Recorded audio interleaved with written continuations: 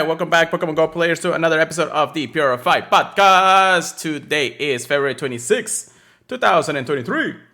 I am your host with my co-host Chris. Hey, it's your boy Pokemon Trigger, please. And it's been a jam-packed week.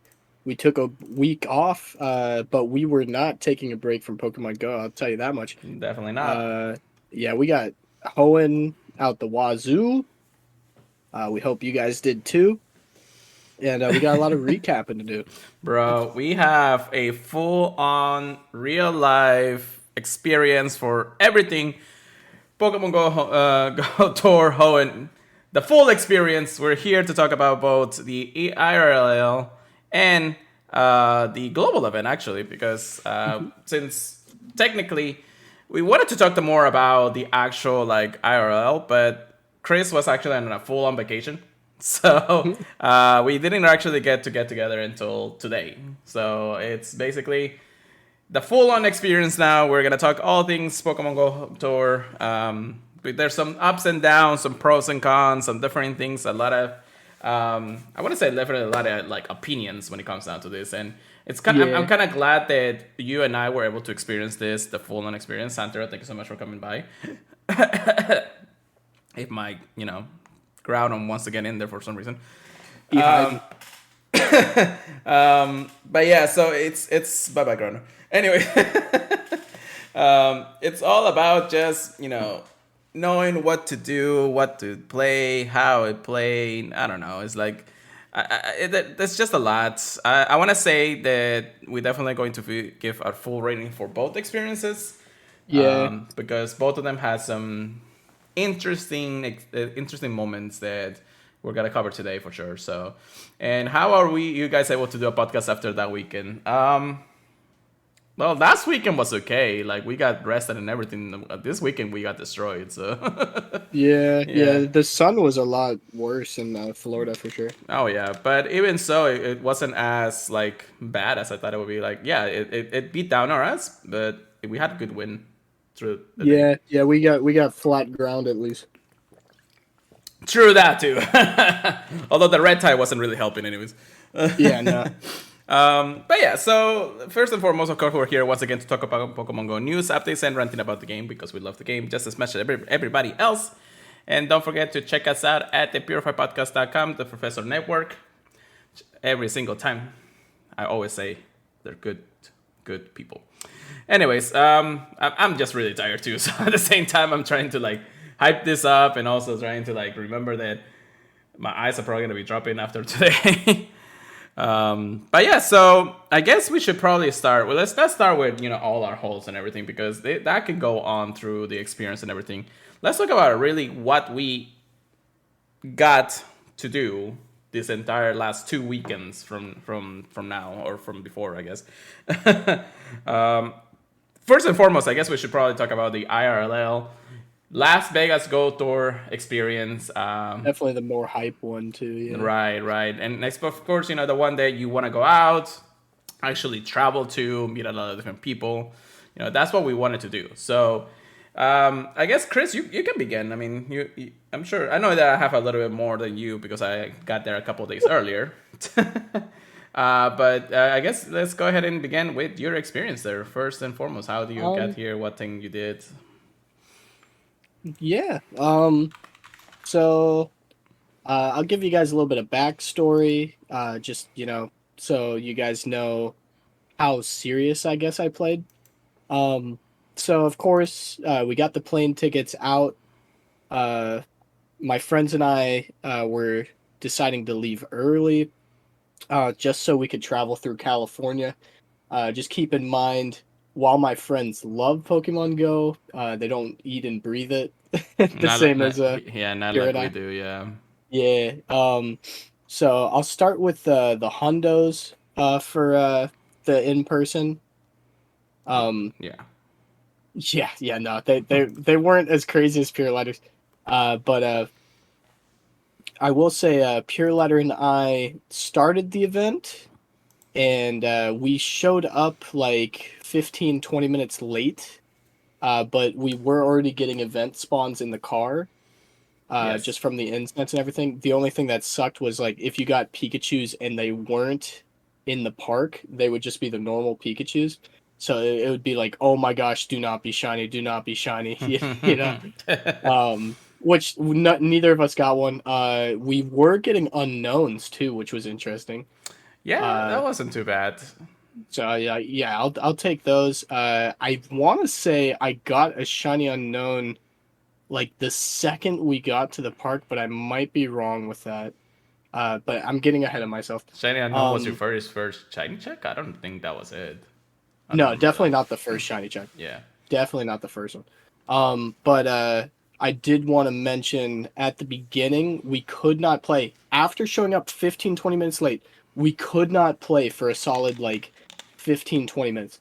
We couldn't interact with the raids, which is what everybody wanted to do. We wanted that primal energy. That was the very first There thing was a that I went to, Latias yeah. there we couldn't click on, you know. Yeah. Uh, couldn't spin stops, basically couldn't get Kecleon. Uh, it was horrible. And then eventually Pure was able to get in, but I could not log into the game, period. It just wouldn't let me. But eventually the game started to let people trickle in. Eventually it swapped places where Pure was able, I was able to get in, but Pure wasn't able to get in. So we kept like, freaking out like, oh look, I got a cool Pokemon. And then we'd be like, hey, hold on, let me get in the game. Right? It would Yeah. just be so rough.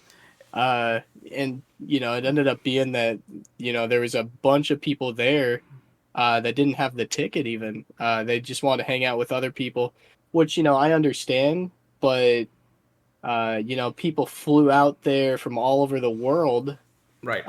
So I'm gonna try stop to you. have Actually, that experience. I'm gonna stop you right there, just because I know that there's a lot more to it than the meets the eye, definitely.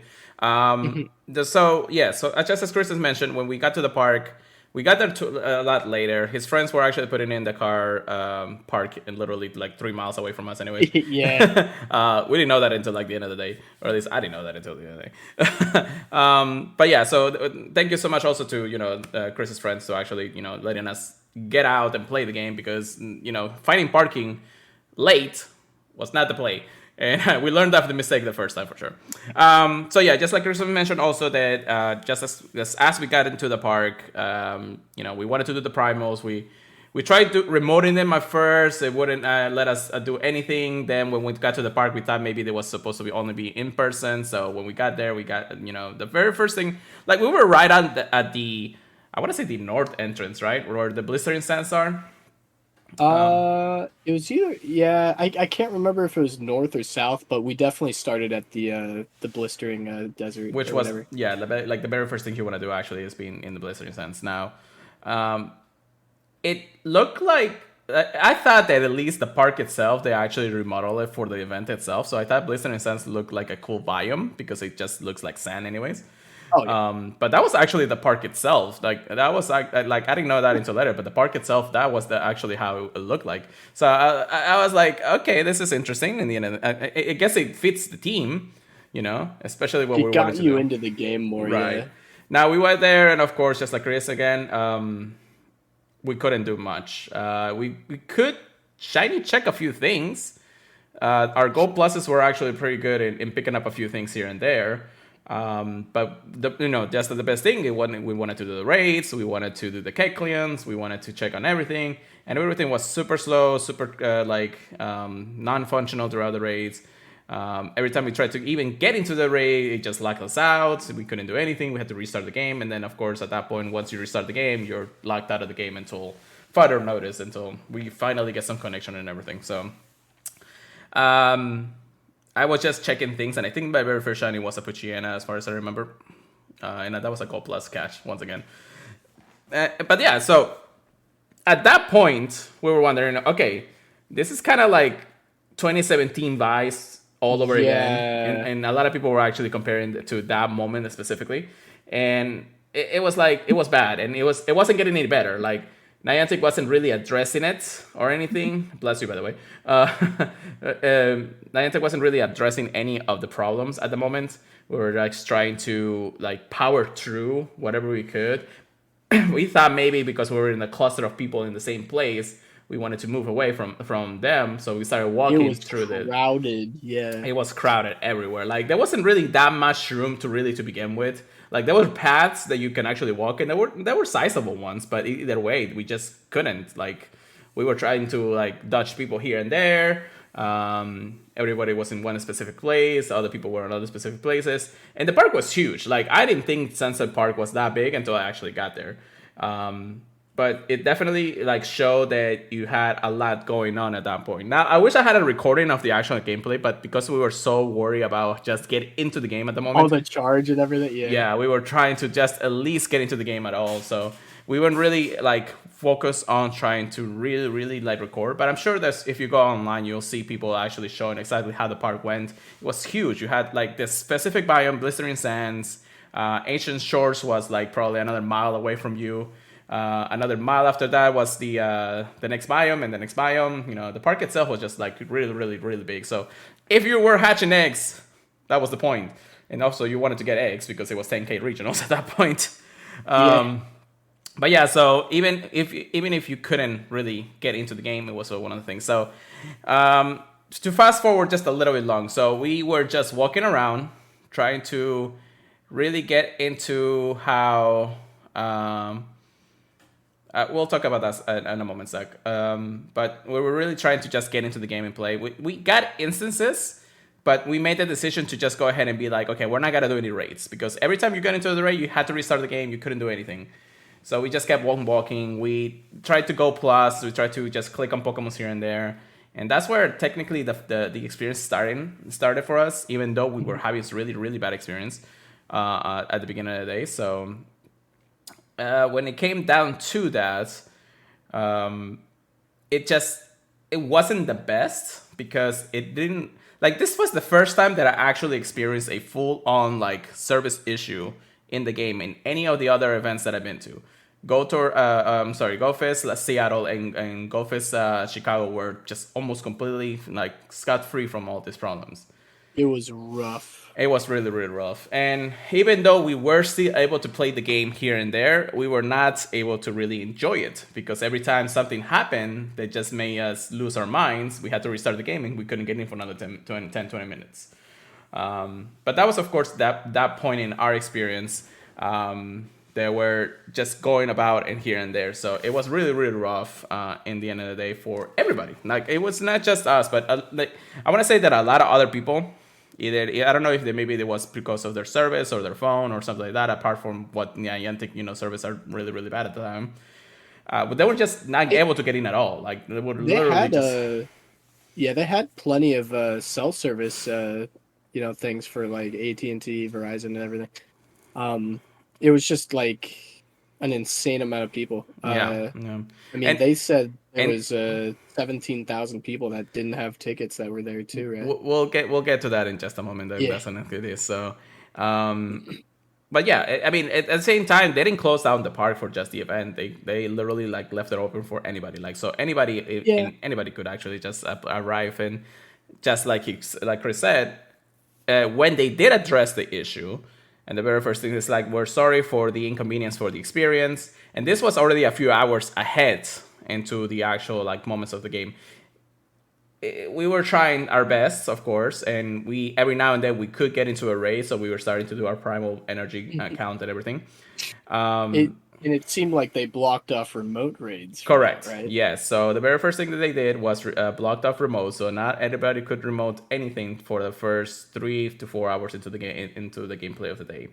And of course, you got 8 hours to play. So we'll see how that one go. How many curse words?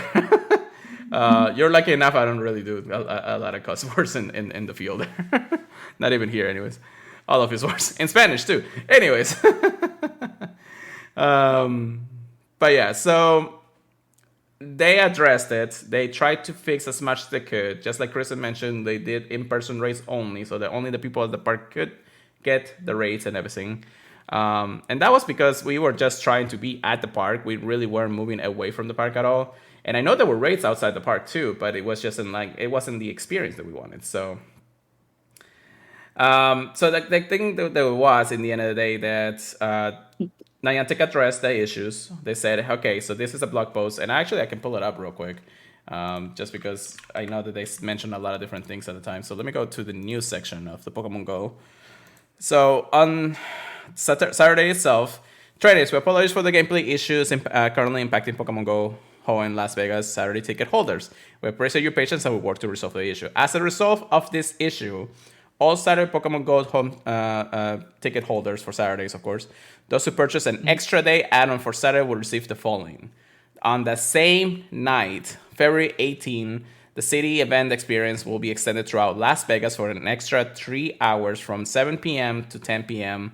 PDST, of course, it was the time they were there, and include additional primal race and wild Pokemon encounters. Please note that the event gameplay will not be available within the Sunset Park past the original event hours. So after 6 o'clock, it was done technically at the park, and you could go into the city and actually play the game. As an additional thank you for your patience, I don't know what you got, Chris, and give me a second. Another shiny Torkoal. Oh God, I hate you. Anyways, a bundle will be available in the in-game shop throughout February 19 at 10 p.m. At no cost. The bundle will contain 3 premium raid passes and 3 remote raid passes. So a little compensation, that's like what 600 coins right there. So that's not bad. And of course, just the same all little here and there at the end of the day. So, so that was like their response to the problems we had. And 3 additional extra hours. It's not bad, but at the same time, it has its pros and cons in the end of the day. Because if you only had Saturday, you really, I mean, it says right here, like those who purchase the extra day add-on for Saturday would receive, of course, the following 3 hours of the Saturday experience. Did that include the people who are actually playing on Sunday too? I'm not entirely sure. Or were just the ones that actually only had the ticket for Saturday and then just the 3 extra hours? I don't think I saw that posted anywhere in the end of the day. I didn't hear anybody complaining about that situation. Right. I mean, we played both days, but I'm pretty sure we got the extended. I think so too, but I'm not entirely sure how it went. I feel bad because I'm thinking how many people had to travel back that day. I know it sounds kind of wild, but like so that was actually flew in early and then left that night, but had to leave before the extra 3 hours. Yeah, so that was actually my other point. It's like if you didn't have the time to really play the extra 3 hours, you would just screw over out of the 3 hours anyways. You could do remote raids, but let's say the event ended at 6 and your flight was at 10. You had to be at the airport right there. So there wasn't really not much that you can play aside from probably an hour or two, or even earlier. So because people were just like there for the day specifically and then came back to wherever they were going anyways. I will say, as long as you didn't have to leave that night, it was definitely a good makeup. Yeah. But we do have to keep that in mind when we give our ratings. True. And that's a big factor for what things happen. So again, 3 hours, 3 hours, extra hours after the whole problems that we have for the first probably 4 hours, anyways, of the gameplay experience. After midday, somewhere around 2 o'clock, that's when the day started to actually work specifically at the park. So at that point, I'm gonna let Chris continue on with his story and see what other phases we had at the time. Yeah. Without getting into like who we saw or anything, because a lot of this I don't remember the time frame of. I just wanted to get out of the way the 2 hundos I got because they kind of annoyed me. I only got 2 hundos the whole time, both from eggs. Yeah. Both the worst possible hundos I probably could have gotten. 2 hundo Azurals. From the 2K. Yeah, and it was already a repeat. The only thing that's cool about them is that they have the location of Las Vegas Hoenn Tour. One was day 1 and one was day 2. But yeah, I'm sorry if people don't get hundos. I don't get hundos very often, so when I got those, I was pretty agitated. Let's see what it started with. I want to say it started with a shiny unknown, but I just want to double check. So day 0, I pretty much got a shiny Bronzor on the 14th that I hatched from an egg. When I got to the hotel, I got a shiny Purloin, which was new. Literally when we were leaving, I got a shiny Glameow. But yeah, the first shiny was a shiny unknown N. Yes. And then since we were in the desert, I got an Incada, and then we both got a Pooch apparently. Then I Yeah. got my shiny Pooch. Mm-hmm. Got the shiny Brendan hat Pikachu male. Another shiny Makuhita. Never a shiny that gets old. Nope. My first shiny Whismer, which is pretty hype. Shiny Chimeco. Then a shiny Surskit. I might stop after day one's shiny haul. Yeah. Just Yeah. so we can go back and forth a Kind of bit. split it up a little bit. Yeah, I understand that. Yeah. Got shiny Zangoose, which it's such a good shiny. Shiny Plusle. And then I started hatching my regional shinies. I hatched a shiny Torkoal, which I think it's the best shiny in Pokemon Go. Out of the regional hatches, Relicanth is a top tier though. Then I got another shiny Unknown N, and I was like, okay, can I get some other unknown letters? I hatched back to back. This is my favorite part of the whole tour. Back to back shiny Relicanth, which that is a hunt on its own. Um, and then another shiny Makuhita. Got a shiny Nincada, which you can, which you can only evolve into shiny Ninjask. So I did that for one of the quests. Shiny Duskull, another shiny Brendan, shiny Seviper, uh, and then I got another shiny Torkoal. And then my third shiny Unknown N, that thing loves me. Shiny Electrike, and then I think this was the last shiny of the day. Let me just double check. Nah, two more at least. I got a shiny Kecleon, and then shiny Solrock. Apparently I only got like one shiny Kyogre the first day. Interesting. Oh my gosh, how much further? I got a shiny Tropius. So I got all the regionals in the first day. I was very hyped about that. Shiny Illumise. Another shiny Unknown N, but this one was extra, extra large. It was huge. So that's actually a good one to get to keep. Yeah, I was very hyped about that. Got a shiny Rayquaza. And keep in mind, this was during the 3 hours after the makeup period. Before you continue on, and of course, shiny Yeah. Rayquazas, a lot of people already know this at this point, at this point in time. So at the end of the day, right when we were actually about to leave, and we left really at 6 at that point, just to experience the other part of the event. We get an announcement saying Rayquaza will be in raids, for the next hour in all the part of the world, or at least all around Las Vegas. So oh, great. We're like, oh god, so we don't get to sleep yet. We were 8 hours into the event with problems and everything, but we still able, to have some fun there. And then, we get to find the card to just go about it and go and look for, Rayquazas, because Rayquaza were also in raids during that hour. So 6 to 7 was raid hour. And we were all just remote raiding everything. Like, we were walking to the car, so it took us literally the hour to get back to the car at that point.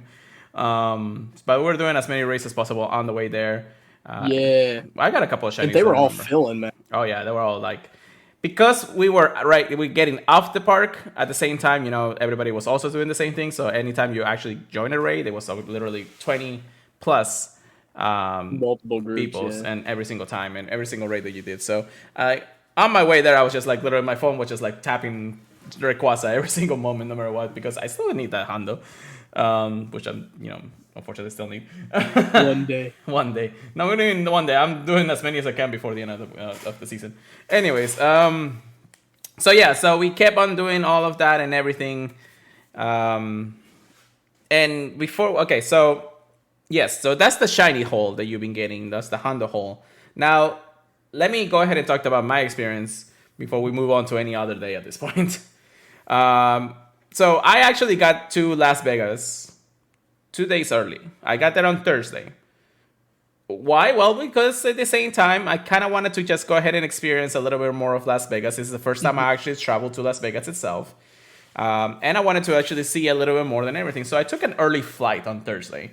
I was up since 2 o'clock Eastern time, and I was there by 9 a.m. Pacific time. So I was there early, and literally tired as hell. But I wasn't able to check in into my room until like 4 o'clock. However, I was able to just go ahead and put my bags in there and then just keep on walking the entire street, you know. So morning Las Vegas, it was just like walk everywhere, get some food, get things like down. I love the place. I like a lot of things to see and a lot of places to go. Trust me, the walk is humongous when it came down to it. So after maybe two or I was trying to like do as much as I can. I kept looking at the clock because I really did wanted to actually go back to the room. But I did as much as I could. Just kept on walking, taking pictures, things like that. And I'll probably show some pictures on Twitter here and there, or in my Instagram when it comes down to it if you want to go there. But yeah, so I kept on walking. I got some food. It was nice. I saw some people already were there. Every now and then I see a lord from Fleaskin, so I know he was playing around. I didn't know where he was.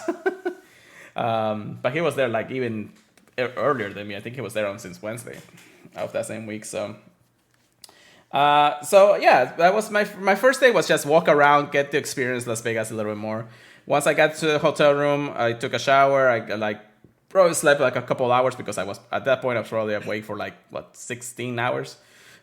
So and that was because of the time differences. So I took I took a shower. I went to sleep.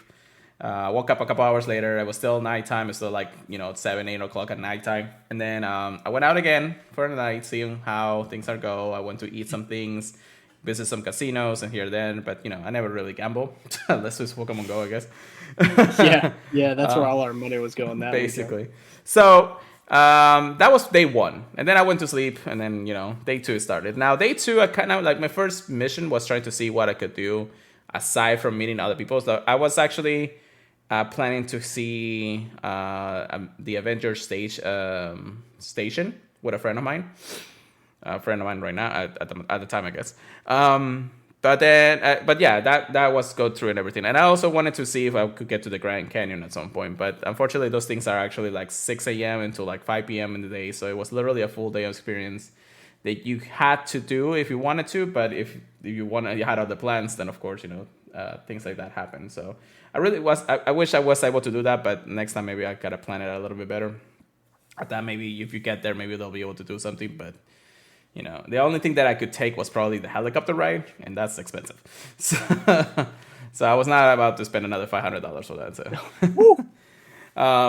but yeah, so that was the one thing. So I did that at the beginning of the day, and then I see that Fleaskin said like in 3 hours or so he was going to do like a spontaneous meetup. Ooh. So I told my friend, it's like, hey, let's finish this up, and then let's get some lunch, and then after getting some Gordon Ramsay's burgers.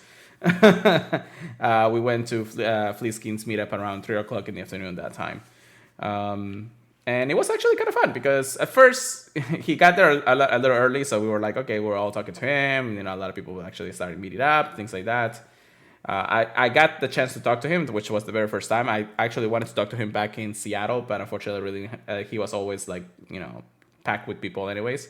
This was the first time that I was able to see him like right there and there. He actually, and this is a story part of it, like somebody actually bought him coffee and then he spilled it on himself. Oh. So he went back to his hotel room and then he said he's coming back. So luckily the hotel room was probably like just like less than a mile away. It was in the same area that we wanted to. So that was actually interesting. And then he came back. We all started talking. I told him about the podcast, things like that. We were like showing him cool stuff here and there. I talked to him about like how he wanted to, what the things that he was doing already, and like how I think he talked about how like some people were actually, more normal than usual than they were when they're on stream or in things like that. Anyways, and I met a couple other people that I have him in my friends list now. But at first I found like some people that were just talking about the things that we caught, the legendary birds here and there, some shiny Shandos here and there. And then there was this one guy from Europe that had a level 1 lucky traded Hondo Galarian Articuno. What? And he showed it to Fleaskin and he was like, holy shit, I gotta take a picture of that. More than anything, of course, but still, like the man likes collecting level 1 lucky Hondo trade. That was insane when I saw that to you. Some other people showing me Shandos and here and there. It's like, oh, you want to see my Shandos? This is my Shandos. It's like this is all I got at the time. Galarian bird is basically a Hondo. Yeah. So It was fun to see him and meet him. He was a really cool guy. A lot shorter than you expected to be, but still, um, it was actually a nice experience. We were there for like at least a good 2 hours, and then I told him it's like, well, I gotta go back to the room because I gotta get some things done anyways. And then after that, I really didn't do much. I just prepared for the Mystic Seven, the party that he was doing that same night. I think it started at 8 for general admission, and he had other things that he wanted to do. So I went back to the room, rest a little bit, got some things, got ready, and then I went to that party. So I met up with my friend and his friend. We were there. We actually saw a bunch of other creators that I never seen before, and he was actually like live streaming. He was his Hispanic content creator out there. I'll shout him up eventually when we actually get a little more information on his stuff. But he was there. He was doing live streams. He didn't see me. It was the first time he's met somebody from Peru, things like that. And then we were just waiting and waiting. It was taking a little bit to get in there. We were not that cold, but we were sitting outside in the line waiting for the admission to get in. And that was because also I got 2 eggs hatching right now. So give me a second. Reliquate? Oh, I wish. We'll see. It was because Mystic Seven's whole video he was actually creating was taking a little bit longer, which was like a contest kind of thing, So we actually got in like half hour later than the general admission does. But at the same time, when we got in, he was still finishing up the contest. So he was like, at that time, he was trying to finish up who was the final winner. I think it was a Reggie Rock raid every now, like a best of 3, best of 5 kind of thing that he wanted to do. And other events, of course, he had like the whole booster box of Flash Fire, X and Y Flash Fire that he did. We did see he pulled the shiny Charizard EX or Mega Charizard Shiny GEX. the big boy. Yeah, the big box of the box. Because at one point during the raves, they were showing his video and everything, or the things that he recorded and things like that. So we actually saw him get some pretty cool ones anyway. Yeah, that was actually pretty good. So we still got to see the pulls. Like there were bad pulls, but there were definitely some fire pulls at that point. So then after that, they started getting ready for the rave or the DJ set, basically. The very first person that goes in, and I didn't know this until she actually went in. Glitch City actually started off the whole night with her DJ set, and she does a lot of music from video game music and things like that, and DJ says some other things, so the remixes here and there, and it was actually fun to listen to her. I started becoming a fan for a while because I started to listen most of her music when I'm streaming now.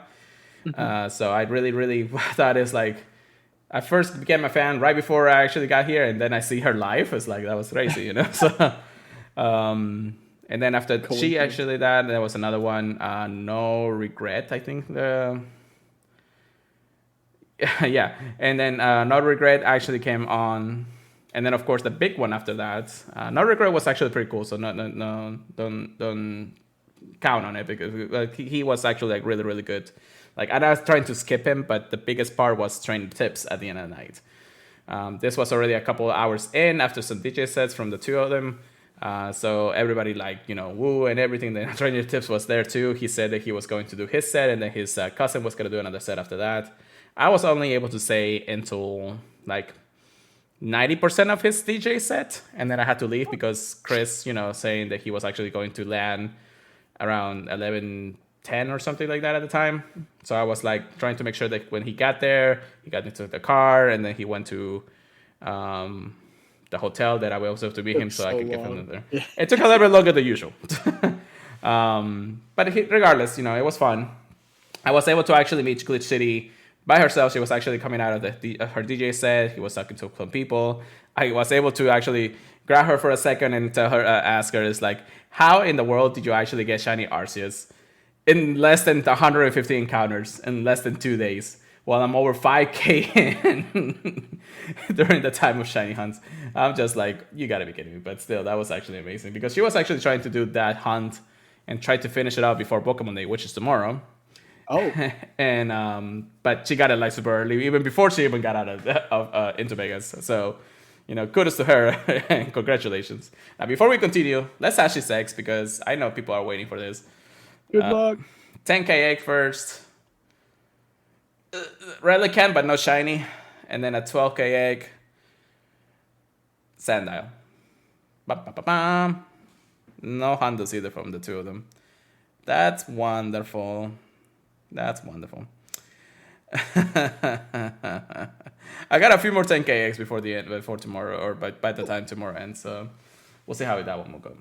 So to finish up, I mean, I listened to all the sets. We were just jamming out. It was kind of fun here and there. And yeah, by the time we finished, we got drinks here and there. And then arrivederci, I had to finish up. I know they were out there for probably another hour or so to finish up the other set. And then they, of course, finish up the night. I don't know what time they went to sleep. I don't remember at this point. But I was actually just going back to the hotel room, resting up a little bit, waiting for Chris to finally text me saying, hey, we're here, and then took another hour or so before they got there. Yeah. Took so long. Yeah, so I was like, I'm out. I'm sleeping. I need to rest for the Go Tour experience. So that was my first 2 days, of course. And then, of course, we go into Saturday. And then the whole event starts. Couldn't even play, yeah. Yeah, so that experience was. And then after, right at the time, after the whole morning fiasco, because everybody was there, and we were still meeting up some creators out there. We saw JT Gilly. I asked him, it's like, hey, what you got? It's like, nothing, because I can't get into the game. I said to Flickskin, it's like, this is horrible, and, I'm just enjoying the community. It's like, cool, I couldn't really see Mystic 7 or Trainer Tips really walking out. I think Trainer Tips got there like super late because he was like finishing up. After he finished the set, he was resting and everything. But his entire family was there, so that's actually pretty cool. Mystic 7 was just all over the place. Like, look, you could, if you see him, you just see him like run from one place to the other in the end of the day. I also sat through Inferno. True Inferno is actually a pretty good friend of mine. Since we met in the last few events that we got them. We send each other's rates every single time. So I was not able to see Lander Alpha as much as I wanted to actually meet him in his meetup and everything, but I kind of was hoping to see him in between the meetups and everything. But, he has his own stuff. He was trying to live stream, although even, live streaming was not the thing about it in the end of the day back then. So that first day, no. Yeah, no, definitely not. Yeah. But yeah, so we walked around. It was fun, meeting some other people. And okay, so let me actually get into my haul at this point. And 40 minutes into the podcast. So first and foremost, we're gonna go for the Hondos. Ooh. So the very first thing that I actually got, and this was of course, right after the Whelmer, the very first thing that I got was actually a Hondo Torchic that was actually one that spawned right there on the event. Even after all the problems we had that morning, the very first Hondo that I get was a Torchic. It could have been Shando, but you never know. And I wasn't even able to get into the game. And I don't think he was even able to check that one too either. No, we didn't even know about it till afterwards. Yeah, it was like probably an hour in, and we were already like ways away from it. So that was the first Hondo. And then once we actually got into raiding, and we were raiding all the Granos and Kyogres, I was definitely, hoping to get something out of them. My very second Hondo of the day was actually this Hondo Kyogre with the location tag of GoFest. So this brand new feature that they released at the time, every time you do a raid, you have a chance to get a location card from that specific place. A Hondo Kyogre was my very first Hondo Kyogre, because I've been looking for this bastard for a long, long time. And, I was sitting, actually, I remember, because I was sitting, and I was like, okay, I was doing the raid and things like that. And then I see the CP pop up, and Chris, exactly, 2351, which was the number at the time. And I was just like, okay, hold on, I gotta sit down for this. I gotta actually plan my throws and everything. It wasn't probably in the second throw that I got it anyways, but still. Yeah, I was gonna say, something to keep in mind is we were not getting, the amounts of Premier Balls that we would at a normal gym. Yes, so to actually emphasize on that, when you did a raid, and it was full lobby no matter what, so it doesn't even matter. You could actually take this down no matter what, even though it was actually pretty strong. Because you didn't have the friend bonus or the gym bonus or anything like that, you were getting the bare minimum of balls that you can ever get in the entire time, premier balls at the time. So we were getting what, 10 at best? It felt like 10 was basically the max. I Yeah. mean, we weren't able to get in the same raids pretty No, much. never. We Like, couldn't get that bonus. no, we were never like maybe one or two we get one like an extra ball here and there, but because that was because I think of the gym takeover, like Mystic Valor Instinct. But 10 was the Yeah. max. So remember, 10 premier balls is not a lot, especially when you're facing a Hondo. So I was kind of glad and happy that I got this like right there. When I saw the locations card, I was like, "It's wow, actually that's pretty cool." And then immediately Yeah. primal it. Like I was already in the primal, like working on the primal there. It's already level 2 at this point. So, but yeah, so that's actually pretty cool. That's like Super nice, jelly. nice hole right there for that. And again, we're still only on day 1, so we kept on going. Actually, that's the only 2 hundos that I got. You saw another one, but I'll tell you that in a moment. So that was only the 2 hundos that I got on day 1. So I was actually okay with that. Now if we go for shinies, Oh, baby. well, let's get into the shiny holes here. So I started off with the Bushiena. I think the Skitty was actually like I got on on Thursday, right before my flight. So I got that Skitty right before then. Another shiny Hoenn Door one, I guess. Puchiena was the very first one. Then a shiny Rainy Cast form from a Gold Plus too. It's like Chris was just already crying that he couldn't even get into the game. Then I get a Minum Gold Plus too because again, remember, I'm usually using the Gold Plus for any of this at this point since the game was not letting me even click on them. Another Puchiena. I think I clicked on this one. Mudkip. Okay, so this Mudkip was actually a hatch in the event. So I got the shiny Mudkip hatch from the 2K egg at the time. Then an Illumise. I guess we were already in the other biome. Yeah, because this was the water, one of the lake biomes, I think. Yeah. Then a Whalmer. Another Gold Plus shiny because I don't remember clicking on it. Another an Aeron at that point, so that's actually pretty cool. I was like, every time I check my storage, I was like, okay, shiny, cool. It's like keep on clicking my Gold Plus here and there. I did get a Surskit, level 1 shiny Surskit that I evolved into a level 1 shiny Masquerain. This is actually a pretty cool shiny, I gotta say. Clean. Yeah, clean green. This is a really good mint green with, Intimidate. But yeah. Then a shiny Love Disc. Again, Go Plus because I never care about Love Discs after getting my first one. A shiny Wishmer. I think I did click on this one. I can't remember that much. I think so. Yeah, because you said something about the what was it, like the Toxic Deluge, like Wishmer. Yeah. It looks clean, man. Yeah, clean. And then I did click on that Lunaton. I do remember getting the shiny Lunaton. I'm happy about this because this one has been eluding me forever. And there's a few that has eluded me since then. But anyways, shiny Seedot again for Gold Plus because I don't click them. This was a fun one. So this Electrike. Chris actually found that this was a XXS small Electrike, and everybody tries to get it. I go plus it. And it's shiny. So, like, level 1 tiny Electrike. It's so tiny, though. That's so crazy, man. It's like, you can literally hold it in your hands and then we'll be fine, It's like, I don't even want to evolve it. I just want to keep it at that. Little baby blue. And I was lucky enough to actually get a shiny Kecleon after checking like 20,000 of them in the park. And even through the problems of the event, we still able to check a few of them here and there. So I was actually kind of happy to get this shiny regardless. Shiny Lota from a Gold Plus. Shout out to our friend Taco. Shiny Groudon. And are we still here? The 18, right? Yeah, the 18 is still the day.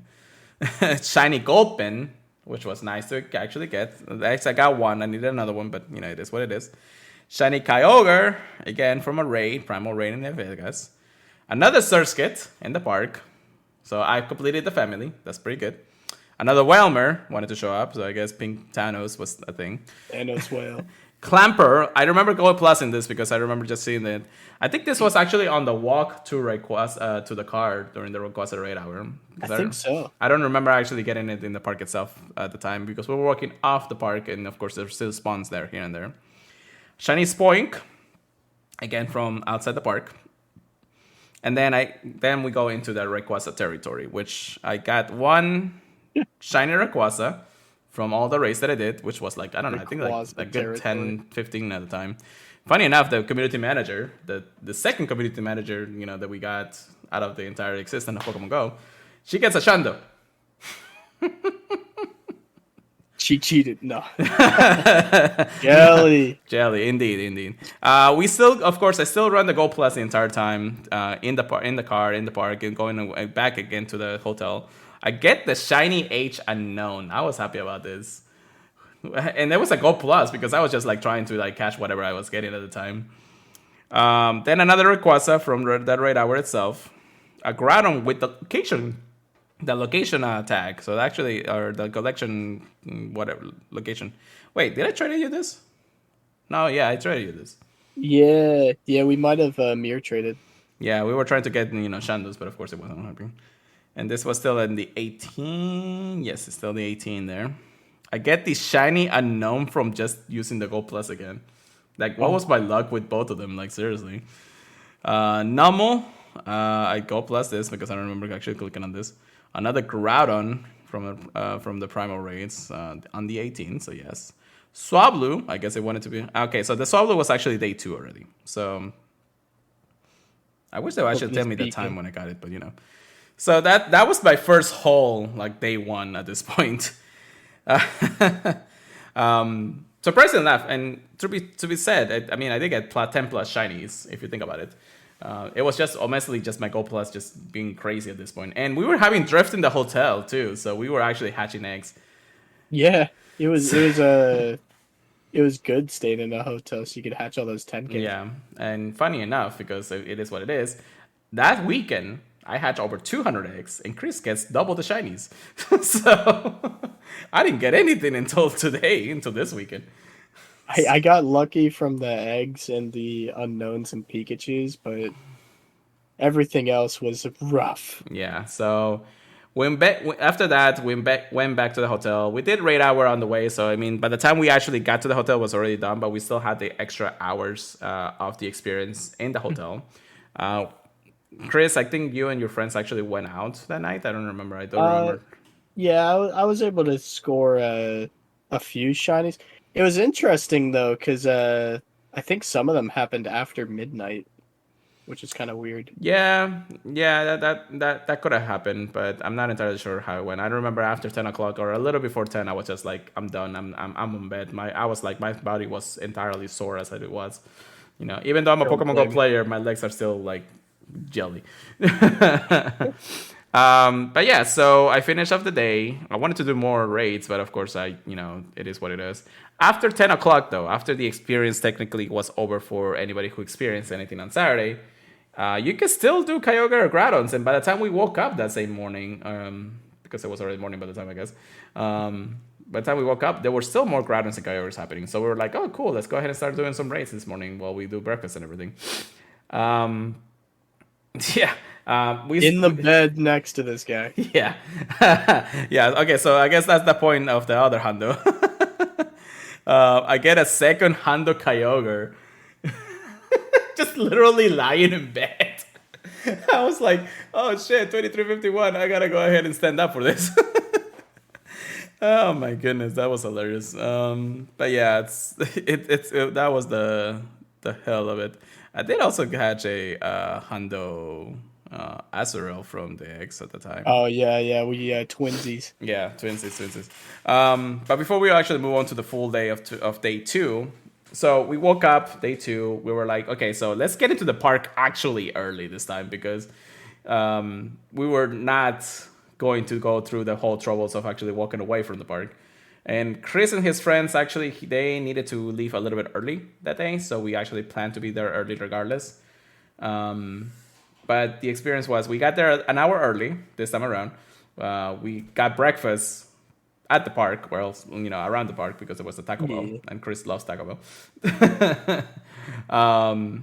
And then, of course, the experience started at 10. We actually met up with a few other friends. My friend Edgy, we did a lucky trade that we wanted to do a long last time ago. And then we found just other people just roaming around at this point. And of course, the event day 2 started. We met with somebody who was actually a local in Texas.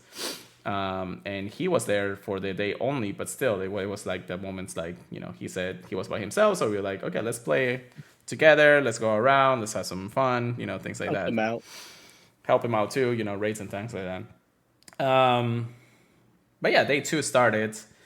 I guess, Chris, we should probably go ahead and just get more information about day 2. So day 2 glitches and things. It was still a little bit spotty here and there. Nowhere near. They won definitely. They definitely learned their lesson. And right before we actually get into the full details of day 2, I guess I should probably say this. Niantic kind of messed up on some of the information that they wanted to go ahead and say on Twitter when they announced the whole problems this Saturday was having. One of the tweets said, and Chris mentioned this earlier, there were an extra 17,000 players who didn't have a ticket at the park, playing Pokemon Go. Now, of course, if you didn't have the tickets, you really couldn't activate the park itself. I think there was 1 or 2 stops that were there that were not part of the experience, but there was nowhere near the amount of stops that we had. Correct. So, and I don't know if they could see the rate gyms or anything, but they say this, it's like, okay, so we know there's 17,000 people extra in the park. If you don't have a ticket, please leave the park, so everybody else can have a smoother experience. Now, of course, this threw the community in frenzy. Because, people are saying, why are you telling people to leave an event that was supposed to just have fun? Even if you don't have the ticket, you can still meet up with friends and do other things. But that was the whole, fiasco that Niantic was, or at least Niantic kind of alluded in saying that if you're not there with the ticket, just get out. Don't play the game. Go home or do something else. It's like. Kind of gave out a bad vibe. I can understand trying to at least move away from the problems because the service is capped at some point, but still it's like it's a global event where a lot of people go. Hell, even kids can have phones and they could still play the game regardless, and it just didn't make sense. Why do you tell your community to just go ahead and leave the park when it's your job to make sure that the game runs smoothly for as many people as possible? Yeah. So it kind of gave a bad bite, and of course, community once again in a frenzy when it comes down to it. And again, we're only talking still day 1 and 2 at this point. We still have the whole this weekend that we talked about. But yeah, so day 2, I guess, at this point, after all that fiasco and everything that happened, day 2 started. Our adventures once again started. This time it started in the south side of things instead of the blistering sands. So I guess, what was the very first thing that you really remember on day 2, Chris? For day 2? Yeah. Now you can also start talking about your shinies and hundos at this point. Yeah, definitely meeting GoCast Chris. That was really hype. GoCast Chris, I believe it was day 1 that we met him. Was it day? Yeah, day 1. I thought we walked with him day 2. It might have been both days. I might have found him day 2, but definitely it was mostly day 1 that we were hanging with him for a little bit. Man, I'm tripping. Also, shout out to GoCast Chris. I mean, cool. Kudos for him to actually go there. I think we actually saw him after all the problems ended. So for day 2. Yeah. No, we didn't see too many people except for JT Gilly, I think. I also found on day 2. I found Poke AK actually. Really? Yeah. I haven't met him in person yet. Yeah, this is the second time I met him. The first time it was before how he is in Twitter. But I don't, I never really have a resentment for anybody at the end of the day. It's if people are a little bit ignorant here, that I never actually try to be hey, he's the bad guy because of this. It's I know his whole fiasco is about blocking him on Twitter, but it didn't seem like it was a bad thing regardless. And he still looks like a pretty cool guy. I'm still waiting for somebody to fight him, but because that's how he also feel too. But still, it I mean, just talking to him was pretty cool, and he even gave his opinion. It's like, yeah, I understand day one was like crap, and then the day two was a little bit better here and there, and that's how things went in the end of the day. So, but yeah, so day two started and all this, and we started meeting some other people. You met Pepper Kyogre, actually. Yeah, first time meeting him, so I Yeah, was pretty happy. that was actually pretty cool too. I know Pepper Kyogre is a big streamer here and there. Big Um, PvPer. big PvPer out there. I mean, he was there. He Bidoo had kind of silly, but still pretty cool.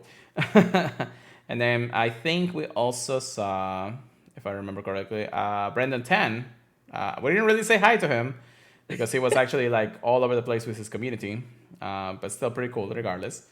I know that JT Gilly was not JT Gilly. I'm sorry. JT Ballard was there too. Just never really saw him at all because I think we were like always in the opposite times of direction at the time. But still, we went ahead and started like, okay, I guess we should probably talk about like the Hondos and Shinies on those days specifically. So I did get my Kyogre Hondo that day, the morning off, and this was the reason why I didn't do and met as much more after that is because before the event started, we weren't getting Primal Energy. So we were like, okay, let's not raid anymore until Primal Energy is back, Yeah. and then we can actually emphasize on this. Then I got the Azurill, then another Torchic from Research, and that's all my Hondos for that day. As for Shinies, day two, I think I actually got the lowest amount of Shinies that day too. I started with the Swablu. I did my trade for Rayquaza with my friend Neji. I got not one, but two Shiny Torchic. Almost close to back to back. Shiny Makuhita. I remember Go Plus in that. Another Kyogre from a raid. Carvana from Go Plus because I don't check those anymore. Another Shiny Castform. Rainy. Chris is crying again. Oh, you got two? Yeah, I got two. Oh, buddy, we got some talking to do. He was like, "We got two." Yeah, I got two. I didn't know you got two. Then I get a Roselia. I know his friend was always looking for one, even though he already had one anyways. I Groudon. A Groudon from a raid. Another Surge Kit again from a Go Plus. Routes from looking for a Calculian, I guess. I remember that one. I traded off another shiny Charizard with our friend Mike, who was the local there. Pretty cool. I guess it was somewhat PvP IVs regardless.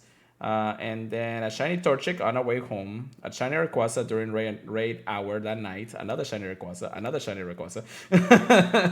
So I got 3 shiny Rayquazas during the raid hour. And here, actually, so we went, we played, we got food in the park this time around, even though we were waiting forever. It was hot as hell. The sun was beating, but we still kind of like needed to like dress up for the cold too, because if you take off your jacket and then the hot was there, it was bad experience regardless. It was like early in the morning or late in the evening. If you didn't have a jacket, you were crying. Yeah. So we actually got out of the park around 3 p.m. right?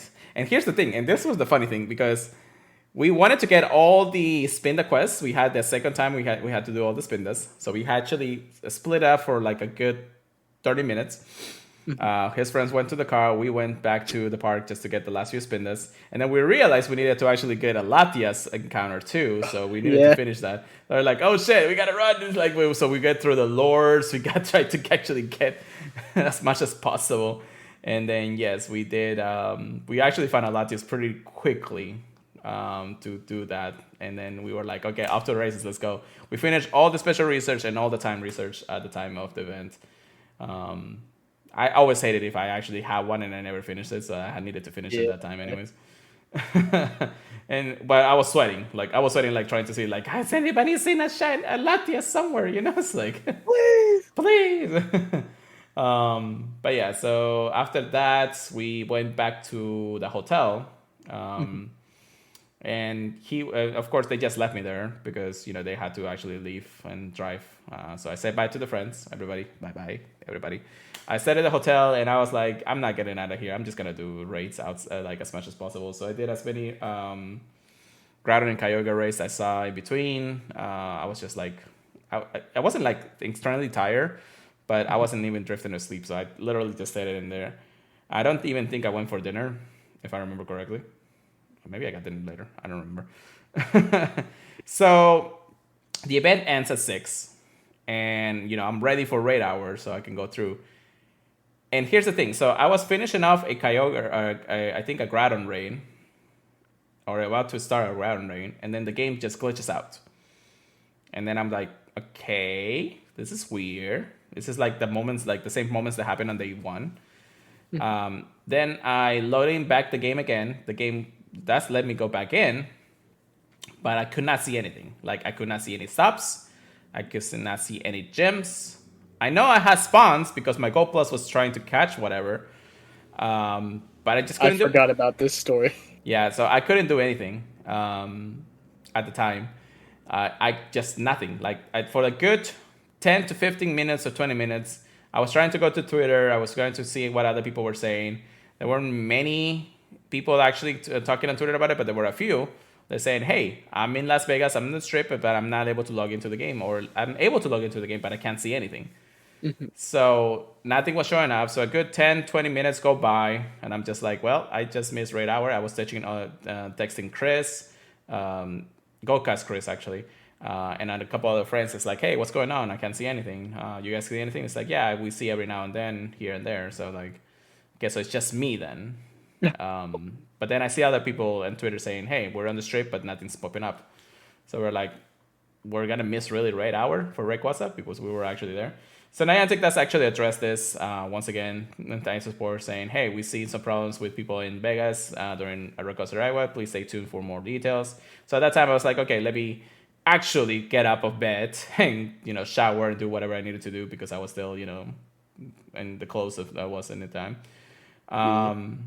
And then when I got out, I'll be able to see everything again, and I see Rayquazas, and I'm like, hour timers, and I'm like, oh shit, okay, so let me go ahead and start doing them. Another 10k egg and scream here, really. Oh. Here we go. Before we continue on, whoop, Tropius, no shiny, Bridge. nothing, not even the Hondo. So I started doing raids. I literally posted up in the pit, and it was just raiding, getting to see which raid I can do next, and here and there, sending invites whenever I can. And then, Niantic actually does say, hey, trainers, we resolved the issues problem here and there. We're going to stay in raid hour until 8:45 that same night. So we had another extra hour from their announcement. But the raids were already there, so we had a good hour. So I did, I don't know, however many gyms I saw at the time. I see many raids. Ooh. So at the point, I was like, okay, hold on. They did say 8:45, but it was 8:35 or something at the time. And the raids were ending. So I was like, okay, well, I mean, I guess, whatever the case may be was that. I look away for 2 seconds and the Rayquazas respawn. So I was like, with an hour timer again. So I was like, let's try this again. Let's do this. So I was doing raids and running again. I'm like, it was just a 2 hours worth of raids. I thought I was done. Maybe I could just get up, maybe get some food or something. But I was like, nope, raids again. Let's do this. Invites, go. I mean, it was just a full lobby of 20 every single time I get in, anyways. And Rayquaza is easy to beat regardless. So yeah, that was the fun part. After that, I was like, okay, I'm done. I'm put my stuff ready to go because I actually had an early flight on Monday, anyways. So I just got everything ready, and I was like, okay, time to sleep at least a few hours before my club goes off, and then I can go back to the airport and ready to go home. So that was technically my final experience of Go Tour and everything when it came down to Pokemon Go, Go Tour Las Vegas at that point. Whew! I guess after we left, Chris, or I guess you can talk about your second experience on day 2 at that point. Okay. I still had a tiny bit more from day 1. Okay, go ahead.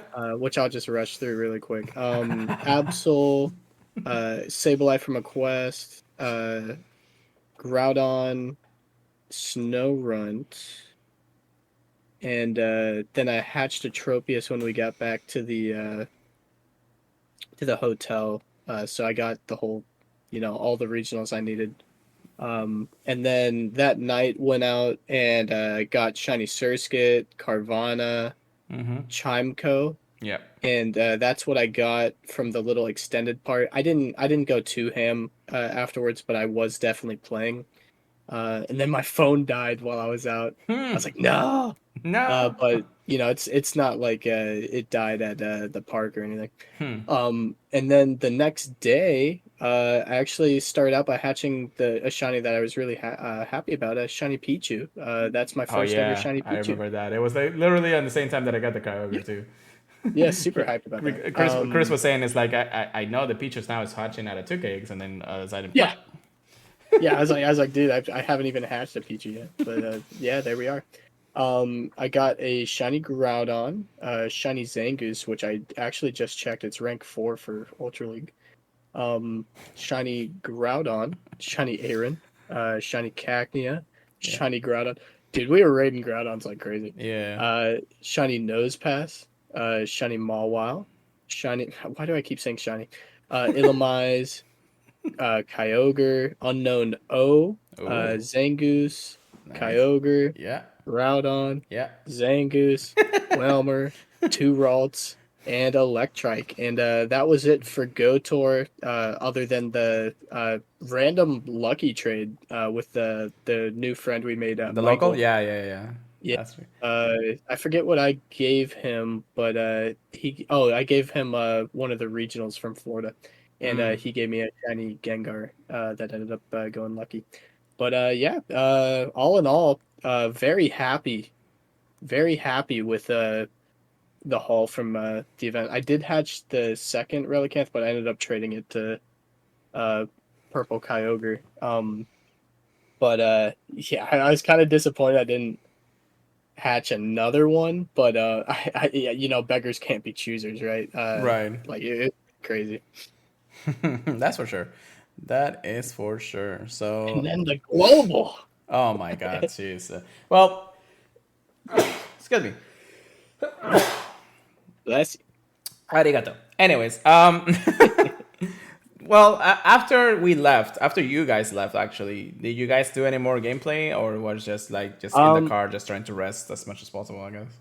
So after we left, we pretty much just started driving. Mm-hmm. That's when I was doing, when the meme of oh, I caught a skitty on the highway happened basically. Yeah. I was doing a lot of Rayquaza raids, and stuff like that, but I didn't get anything until the next day, pretty much. Yeah, which was Uh, already Monday at that point.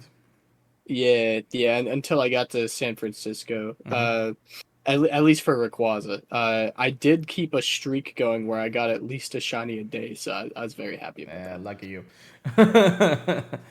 But yeah, that's technically Go Tour Las Vegas. Now, despite everything that we face during that specific weekend, despite the amount of problems the Niantic had between before or after the events or anything like that, they tried to handle as much as possible. Now, of course, some of their tweets, some of their support, some of the things were actually like, not in part because a lot of people were experiencing things differently than we were.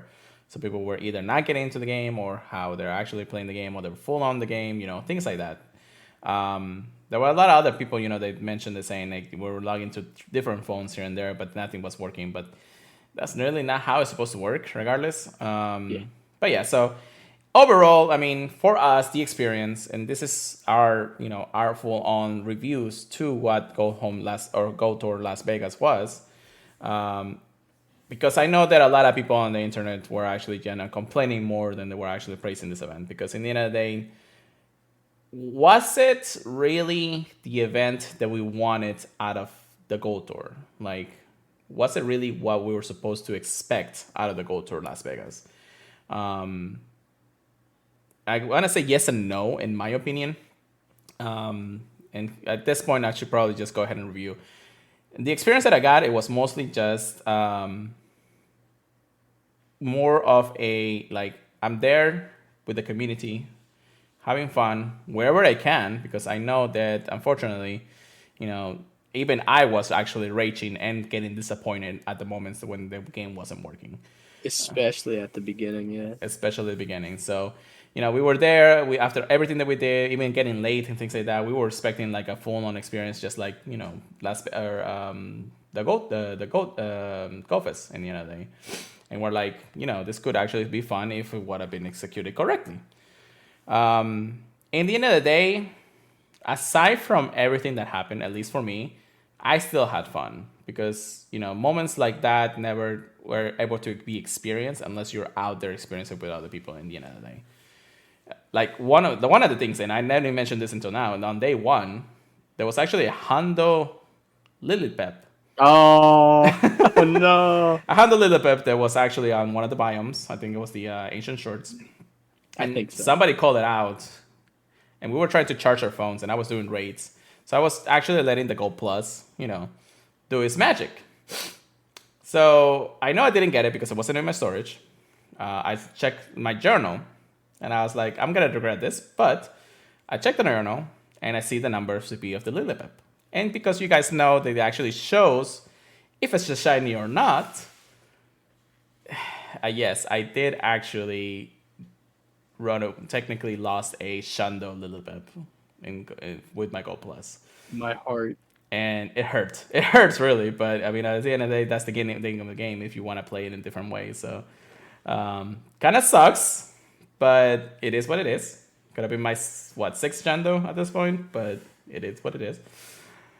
But yeah, so I mean, overall, that experience, that kind of thing doesn't happen that often, especially with other people around because they are calling out Hondos in here and there. Now, I know I get Hondos, but that doesn't mean that I get to really share that aside from the already people that I already know. Like my roommate, he plays Pokemon Go too. Like our Discord here in the Bradenton area.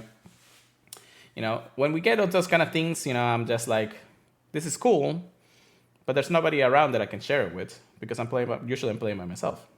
In this type of event, you actually get to share it with a lot of people. Even if you don't actually get to see them again, it's still pretty cool to be like, hey, I could have gotten a Shando. I got the Hondo in Kyogre right there, and everybody was like, I got the Hondo, things like that. We were hearing screams and things like that in the end of the day, even after everything, of course. But and overall, the experience itself is what matter. Even after everything, and yeah, definitely, going through the problems was definitely part of the experience. It could have been better, definitely, but in the end of the day, I was there. And I shared it with a lot of people. I'm glad that I shared it with Chris. I'm glad I shared it with a lot of other people that I consider friends on the internet that I never see, that I was able to see now. So, before I give my rating, Chris, what do you have to say about the experience? Or what do you feel about the game or about the days? So I think they did a good job of compensating a lot of people, even though, there are situations where people would have been SOL the first day, like if they had to leave that night. So they wouldn't have gotten any compensation basically for, the first basically hour of not being able to play. Yeah. Um, but overall, a lot of fun, a lot of great trainers. Um, Second day definitely went a lot smoother. But there were gameplay issues both days. Even if it was very minor, the second day. But yeah, overall, looking at the gameplay, the people, the area, I'd have to give it a 9, a 9.5. It would be a little bit higher if we weren't, raging at the game the first day. Yeah.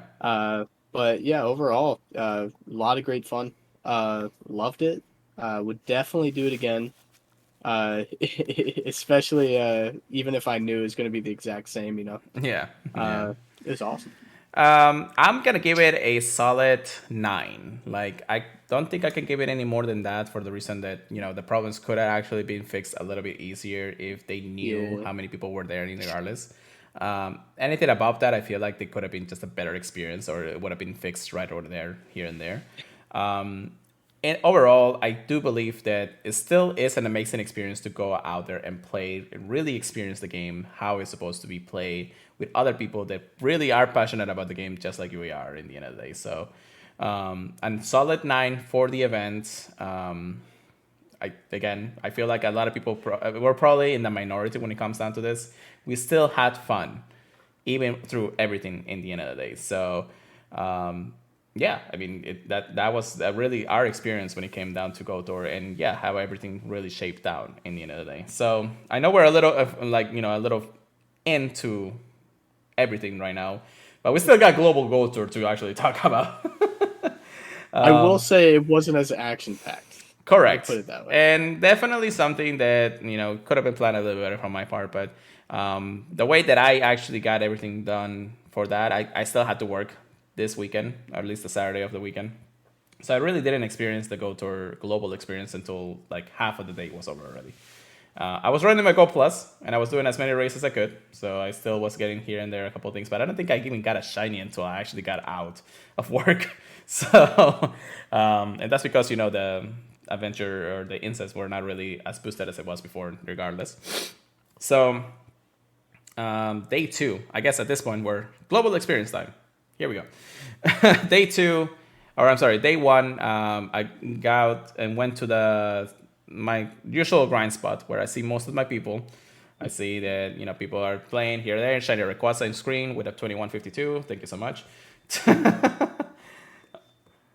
And then I would just start playing, Go Plus everything, and started doing all the things here and there. I was kind of like starting to get shinies here and there, like the shiny we just got. I'll go over the Hondos in just a moment. We're gonna go ahead and do shinies here this time around. The Pidgeot I actually got before the event, before the weekend started. This was a random wild Pidgeot that I got, which was almost perfect. So it could have been an almost perfect Shundo. Then I do Groudons. So this was again from from remote rating. I got a shiny Aram as my very first shiny catch. Then another Groudon. I did a lucky trade for a Dialga with a friend who I've been lucky friends forever. A Trapinch. I actually hatched this out of the 7K eggs because I wasn't really getting eggs when I was at work, so I hatched all the eggs already. And lucky enough, we actually had the bonus eggs from the in-person event. So we actually were hatching eggs at a faster rate regardless. I finally got a Bolt Beat. I am so happy I got this even after the weekend after the weekend in Las Vegas. A Cadmia, because at that time I realized I had special research. And I actually started doing it. So I got a shiny Cadmia from research. Then another one back to back after that. Then a third one after that. And then an Illumise. So I got both of the regional Hondos, or shiny, sorry. Then another Cadmia. Then another Cadmia. And then I finally hatched a shiny Tropius after literally over 200 eggs from the in-person event and then the event today. I actually hatched it like I was feeling for you, bro. I was not getting any regional shinies, and I was like, how many eggs has this man hatched? I know, right? So, and then at the same time, let's go over the Hondos. So, funny enough, we were there, and I get a Hondo Mawile that I don't think anybody else got. Yeah, one of the biomes. Sadly. And I was actually after we met up, right? So I was like, cool, Hondo Mawile, why not, Then I get, oh my god. Okay, so funny story about this Hondo Kyogre. I was trying to finish up the special research before the end of the day. And I was like, I'm the type of guy who needs to finish it the day off if I needed to. So I don't know if they're gonna like switch it up the next day or anything like that. So I wanted to make sure that once I finish it, I finish it. So I remember trying to actually, like, part of the research was catch a Kyogre. So I was like, okay, let me do a couple of Kyogre right in person. I did one, runs away. Did the second one, runs away. So I was like, fuck it, I'm gonna go ahead and do a remote because it was like literally the last 20 minutes of the day before the event ended. I was like, okay, let me do this Kyogre from a Pokegenie that I was usually do the raids with. And I'm like finishing up because I needed to catch it. I see the CP 2351. I'm like, really? Another Hondo Kyogre? I only And, needed one. I didn't need it three. and what does this man do? Catches it first ball. First ball after the last two runs away. Like seriously, man. Oh my lord, that's crazy. He sacrificed the first two to get a third hundo. It's Dude, I wouldn't have been surprised if he got a full squad after that. But we were dear working on it. lord, man. We'll work on. We'll talk actually day two in just a moment when it comes down to it. So yeah, that's my Hondas and Shinies for day one. And again, it was mostly like car play. Just go ahead and play, here and there. But for you, Chris, what was your haul for day one of global? For day one, I just wanted to mention really quick, just so I can put it out there and flex. I got 3 weather boosted Rayquazas from Sacramento. Oh God. Actually, San Francisco. Yeah, I remember cities. Jeez. So day one, got a shiny Kyogre. I picked Gulpin as my walking thing. So I got 2 shiny Gulpins. I was kind of surprised I didn't get more when I was hearing how much Pure and everyone else in the car was getting. I hatched a shiny Azurill. Always happy with the green pea. Got another. Oh, let me just double check which day. Yeah, I got another shiny Brendan hat Pikachu. I think that was my third one. Jeez. Yeah, and that was it for day one. We only got to. Well, I only got to play like completed like 2 hours. I'd say 2.5. maybe a Yeah. little bit less. Yeah, a little. Actually, a little more than that because you got there like at 4:30. Yeah, I played at home at home. I played at work a little bit, Yeah. but I didn't get anything. I didn't do any raids. I was mostly just trying to do the research. Fun fact: I did as many Groudons as I have that I have all the primal energy like maxed out. So I'm like I still don't get the Hondo. Yeah, how many did you do? Like 10, 15 after maxing out? Yeah, no, At least? I was probably doing every single one day two anyway. So, but yeah, it's one of those Hondas that's gonna elude me until the end of time. So we'll see how many trades I do.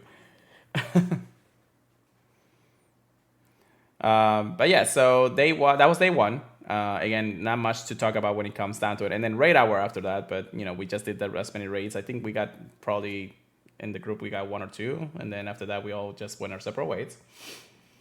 And then of course day 2 starts, and of course once again, this time we actually went to our local park. We went to our local park. We got there early. Chris actually got there really early. We got to pick up. I wasn't playing with parking, man. No, definitely. But I wasn't playing. But it was still early, so it wasn't really that we were gonna lose parking anyways. Luckily, we got there early enough to not, and have to pay for parking anyways. So we were at our local park for that. We started walking around. And let's see if there was any shinies during the... Actually, now that I remember, I don't think I actually got any shinies until I did a Groudon Kyogre. Like, I didn't... Day 2 was a little interesting for me. It was rough, yeah. It was rough for everybody. I got, like, things like a Groudon, a Kyogre. I think the Kyogre, yeah, wasn't during one of the raids. Another Groudon. I finally got a Pikachu with the May hat, so I was actually happy about that. Female one, too, so that's pretty cool. A shiny wild Latias. Can't get anything better than that. I'm actually happy about that. Finally hatch a shiny Torkoal. I got another Catnia. Then another Catnia. Bro, it's like I gotta switch some to Pokemon Go or something, Pokemon Home or something. I got a Wurmple after I left, and then the Rayquaza we just so not a lot of a bigger hole than I thought it would be, but I got some shinies, and I didn't get shinies until the second part of the time because we went for lunch to recharge. We were stopped in a few lures, so we were still doing raids as much as possible. We did get those Groudons and everything. But then really I started getting shinies like the second half of the event, not the first half, because the first half I was only getting the Kyogre Groudons. After that I didn't really get anything. Yeah, it felt like you had to turn on the oven. Yeah. Or something. Yeah, so that my experience was more like I got the shinies, some shinies that I wanted here and there, and that's it. I mean, we did beat up with a couple of locals. And then I did I get another hundo during that time? Oh yeah, we did get a couple hundos that today too. Yo. We found Hundo Electrike and a Hundo Spoink in the park, so that's actually pretty cool. Chris and we all got those. Congrats there, Mr. Hunter. That's pretty cool. Zach and everybody else getting their shinies here and there. Everybody's technically Chris was my my go-to Latios encounter one, because once you actually catch Latios, you couldn't see anymore in the nearby. Dude, they wouldn't get caught. That was good though, but still. I was helping everyone else. Yeah. Yeah. So I walked away that weekend with many Latios actually. That was a raid. I think was that a raid? I don't remember. No, this was a while. Yeah, so this started with 1, 2, 3, 4, 5 Latias out of the 2 days in the wild. 5 Latias. One of them being shiny. So Chris is like, what? Wait, you can catch them in the wild? Now, this didn't really have the Latios and Latios didn't have their same rates as the beast from Johto, where if it wasn't shiny, it will just run away regardless. But for us, it was like we get chances of actually catching it, so it was a little bit higher catch rate.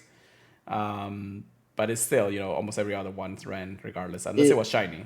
Yeah, it was like if you've ever tried catching a Galarian Articuno or any of the Galarian birds, it felt like that. Yeah, it was the same. It was the same moment. Yeah, and we haven't even done our daily instance. So. Yeah, no. I'm not walking anymore after this, anyways. I'm done. I don't think I am. Yeah, I might though, because I want to open some gifts for revives. Yeah. Our friend Zach got Trapinch, Scania, Latios, Azurill, Castform, Solrock, Random Pikachu Shiny, and 3037 Latios. Really? Yeah, a weather boot that's like higher than you get in the raids. Yeah. And he caught that thing right next to me. I was so mad. Oh my gosh. Oh my god. And that's the thing, it's like that's how our experience was. It's like we were getting shinies and we're not getting shinies. So like I didn't really get any shinies until the second half of the event, of the ones that I wanted. Not even an unknown, but I was catching the unknown anyways. Yeah. Which was good because, this massive research, which we didn't pay for. Johto. I mean, we did pay for whole Vegas anyways. But we have to catch 385 Pokemons from 3 regions, 3 generations, and then complete the Hoenn Pokédex. Has the least amount of Pokemon to choose from. Yeah. They're still spawning pretty often in the wild, so I'm actually happy about that. Yeah, they turned them up. And they definitely turned them up. And then the unknowns really helped out. I finished Kanto, I finished Hoenn, of course. I finished Hoenn like the day off that I got it. And then Kanto I finished today. Johto I'm just missing less than 20. I mean less than 30 actually. No, 30 so. 34 I think. So I'm still finishing up. Hopefully I can finish it up tomorrow if I can. But I believe. But I'm definitely going to stick with restocking for the rest of the week because I don't have any Pokeballs left. I was suffering today. I have 1 Ultra Ball and just Red Balls. So my goal plus is going to just be Red Balls all day anyways. But yeah. Day 1 global. I guess I should probably talk about my experience. It really wasn't more than just a regular event at this point. It didn't really feel like anything aside from just having cool spawns here and there. Yeah, it was fun, but it definitely didn't feel like a lot of stuff was boosted. It was very minute, the amount that was boosted, and obviously we didn't think it was going to be on the same level as Vegas. Yeah, but it just felt like some Pokemon weren't even worth clicking on. Yeah, pretty much. Yeah. I mean, as much as Hoenn is really a cool generation, it has cool legendaries and it has probably one of the coolest things out there, especially with some megas here and there. But it doesn't have anything that we really, really want. Spawn wise, everything was interesting. Like the cast forms were cool. Like having unknowns here and there. The Pikachu's were cool. But everything else, aside from probably one or two biomes that we wanted to play, really didn't feel like we needed to be out there for the whole event, the whole day specifically. So we kind of actually ended it a little bit early, but by the time we got home, I was already gold plus and everything. So no, really nothing in that. I did a Deoxys. I finally You did? I did one Deoxys, an attack form Deoxys out of the entire experience of Gotor. One. Somebody invited me to one, but it was like, well, Rayquaza and everything was still spawning, so I was like, why would I do that? Yeah, I know, and it was in person, so and I wasn't really wasting my remotes at this point, but That's that's fair. it. But that was one the thing, it's like, eh, you know. I want to say that spawns were still pretty cool regardless, but nothing to be There mad about in the end of the day, there were some that felt like they were spawning more than Gotor. Yeah, yeah, definitely. Funny enough. And that was how the experience wanted to go. The different biomes, day one, day two, regardless of how things were. Still, it just didn't feel the same. And I think, in my opinion, I think this was more of the same thing that I talked about for the in-person event, the community. Like really experience it with other people out there, even if you don't ever see them again. Like getting together and actually putting the community together. Like I understand our community is still there for both our hometowns right here, but it's still not as big as when an event like Oto or like Vegas or something like that happens. It definitely is not. So every now and then you get to meet a random trainer and you're like just talking it off because you're like, oh, I get this and this and that and that and then this and that. But still, it's like, it's not the same. It didn't feel the same, regardless of how it was. So it's just one of those things that I feel like it could be. I actually got a tiny Lunatone here for some reason. But yeah, so when it comes down to it, in the end of the day, I think it was more like experiencing with other people. Yeah, there were people playing out today and tomorrow, and this Lunatone fled. When it came down to it, in the end of the day, it's just like really, really just having so many people just trying to play the game all at once. It just feels right because everybody's going for the same purpose. When we're actually out there in global, unless you're playing with a big community that you actually created yourself or a community that you have created over the years, you actually don't get to see that much anymore. It's kind of like reluctant of how it goes, So, I guess at this point I should probably give my rating. I want to actually give the Global Gold Tour 7 out of 10 for this point. I was gonna say the same thing. I just feel like it was missing that big part, that big community part. Friends are temporary, Pokemon are forever, just like I'm trying to say. But either way, it really is how you see both of them, and this is how it's so good about actually being able to go to an in-person event like that, and then experiencing the global event. It just doesn't feel the same. Like I think even the last two tours. The first one, the Kanto one, I was able to hang out with a friend, but it was all like, globally, and only the people who were actually playing. That one felt a little bit more because it was like, people wanted to play this type of game and finish up the research and do other things like that. That actually felt right. The second one, I really didn't get to play with my community, but I did go to another community, and they were playing around, and that was actually pretty good too. Now, this one, and how they split out between in-person and global, the global just fell short of everything that the in-person event really had at that point, even with the problems, So it kind of feels like Niantic can actually learn from this, It's like, even though sometimes they don't, it could be that they could, like GoTour should be something that they could do in person if they know how to actually manage it within cities all around the world.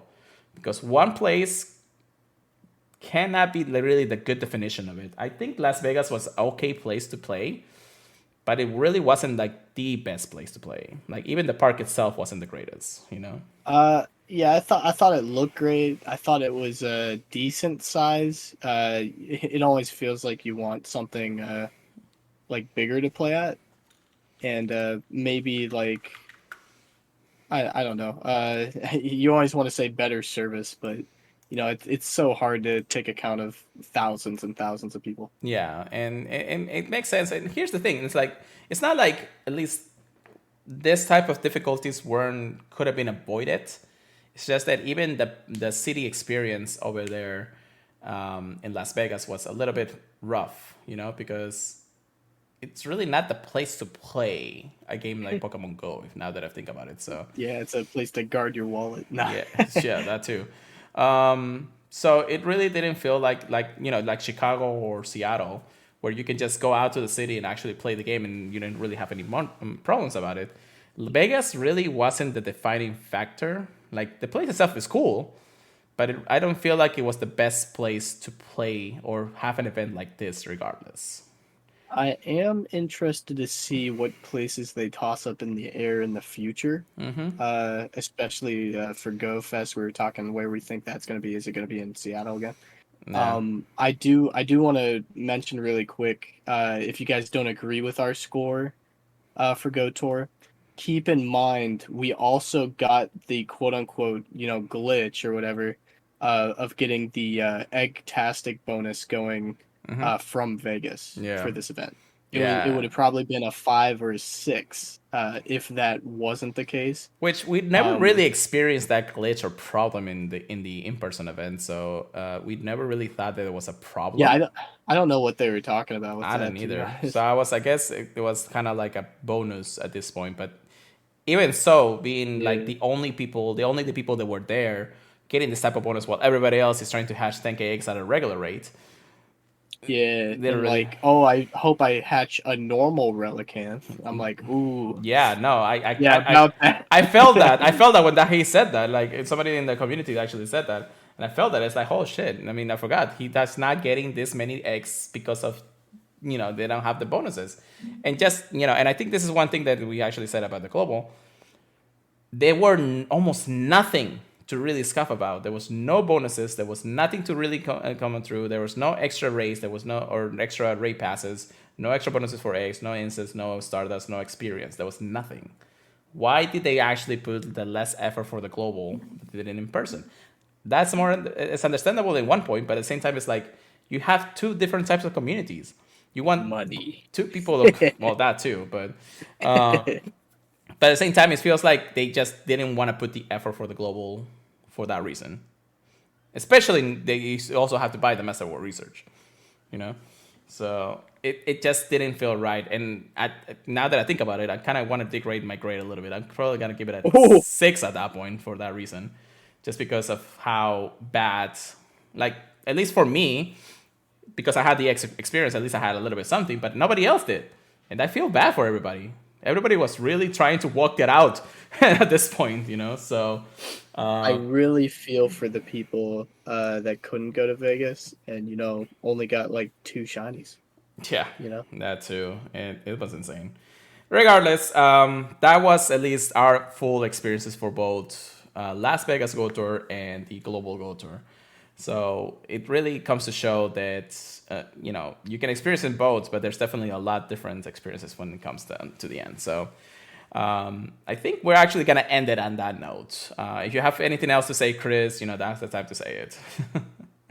um, all I can say is hopefully for the next Go Tour, Safari Zone, Go Fest. Hopefully it's got a really good gameplay ability. I hope Experience, the yeah, internet's fantastic. I hope we don't have too many more people yeah, over what we should have had.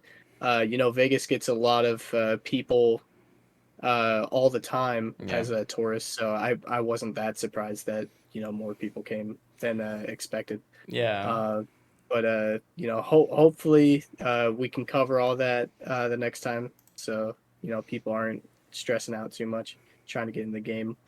Um, Other than that, not too much to critique. Just try to I guess try to even out the in-person event and the global a bit more. it just felt like the odds were very skewed for Yeah. sure. Yeah. No, definitely. So, yeah, I we could say more and more. We could probably keep on talking. This conversation could go on for like for another 2 hours Yeah. if we Oh, wanted for to, sure. because Yeah. it's just so much. Now we understand there's a lot of actually things going on between the community and a lot of leaks going on. We're not gonna cover this today. I think we actually have ourselves a good podcast here, a good hour and 40 minutes here. I'm glad that you guys have stick around for this long here in the live stream.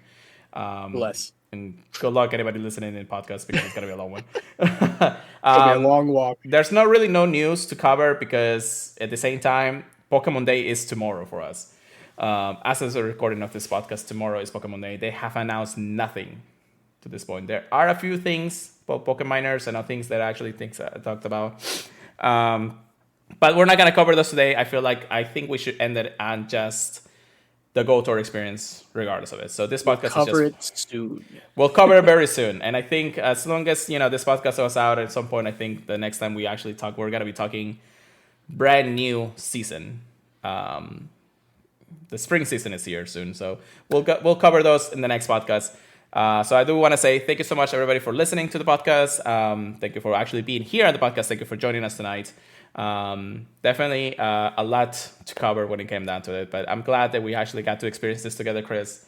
Oh, dude, it was hype. Yes. So hopefully the next one goes around pretty well. We'll see how it goes those ones. If you want to listen to us, make sure you keep us, or if you want to keep on listening to us, we are actually on podcast services feeds, Apple Podcasts, Google Podcasts, iHeartRadio, many places to go. If you, of course, want to listen us to rant or talk or tweet or anything, our social medias are there. Purified Podcast, Pure Let It Go, and Pokemon Trigger Please, PKNN Trigger Please. You can email us anything, or even if you want to talk about more about Go Tour and anything, purifiedpodcast@gmail.com. Join our Discord. It is free. We would love to have you there. And then don't forget to check us out at the purifiedpodcast.com, the Professor Network. So Chris, with a good 1 hour and 40 minutes worth of talking. Make it up for lost time. I know, right? How about you take us away for tonight? All right. If you want to flex on us, come to the Discord. I hope you guys enjoyed your Hoenn tour. Even if you weren't able to make it to Vegas, I hope you guys got at least one of the shinies you wanted to get very, very much. It's such a good gen. It's a lot of people's favorite. Ours. But yeah. Hope you guys are looking forward to the future of Pokemon Go. Hope you guys are looking forward to Pokemon Day. They're obviously going to announce some pretty hype stuff for that. And definitely looking forward to it. Hope you guys catch more shinies, catch more hundos, get what you want, and have fun with friends, and yeah. See you guys on the next podcast. Peace out, guys. Keep purifying them, everybody, and we'll see you guys next time.